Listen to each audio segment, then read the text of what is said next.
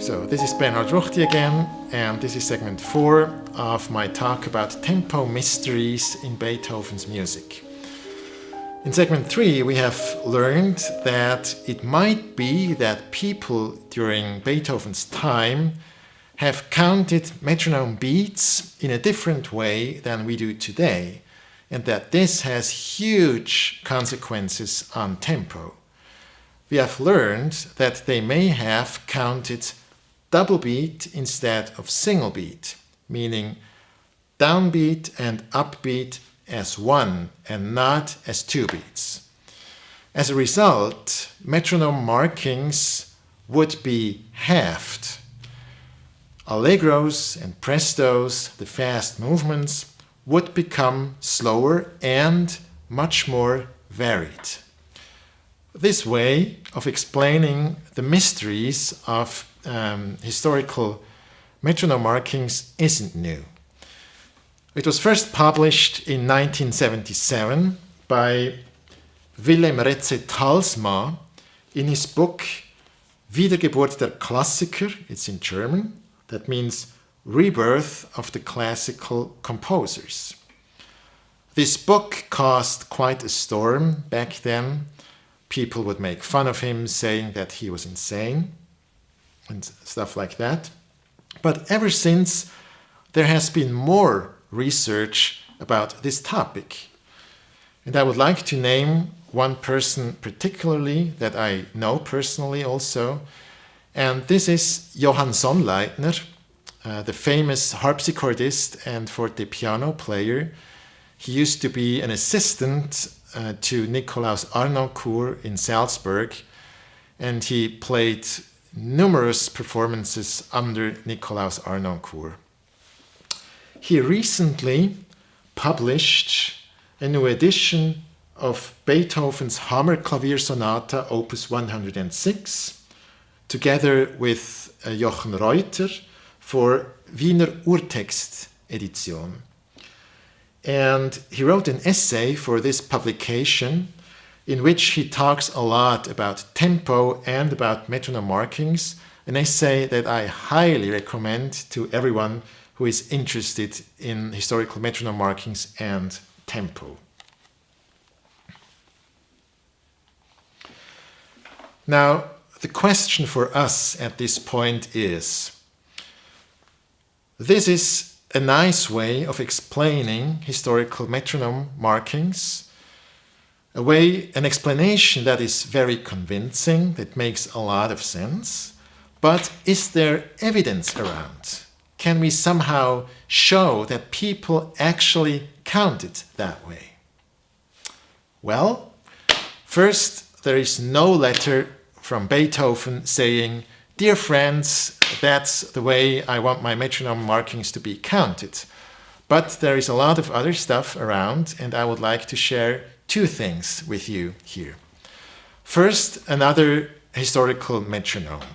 This is an American model from around 1910 called the Cushing-Baton metronome. It's a silent metronome like the pinfold metronome that I showed earlier, and it has a conductor baton that represents the beat. Now, the interesting thing about this metronome is that it has actually two scales. On the left side, we found a scale for down and up one beat.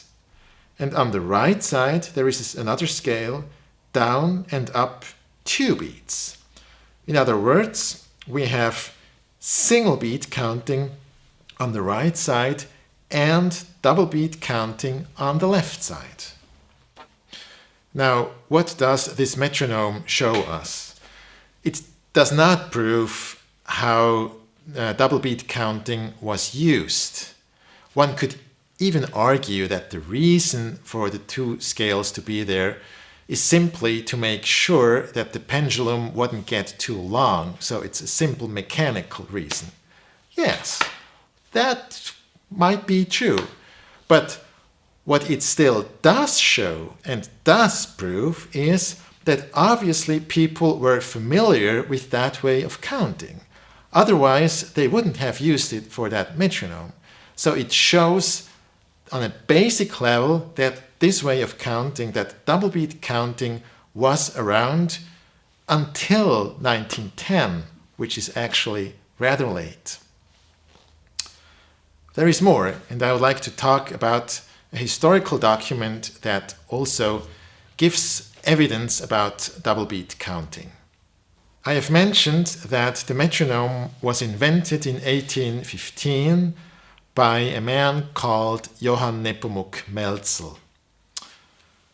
A little side remark, he didn't really invent it. He actually kind of stole the idea, but that's another story and yeah, for another segment perhaps. Anyway, Melzel put the metronome on the market in 1815. Interestingly, a few years after putting the metronome on the market in 1815, Melzel felt the need to publish some sort of protest against the wrong use of his metronome. He did that in a journal called Intelligenzblatt zur Allgemeinen Musikalischen Zeitung, which means something like information supplement or special report to a German journal of music, actually one of the big German journals of music of that time.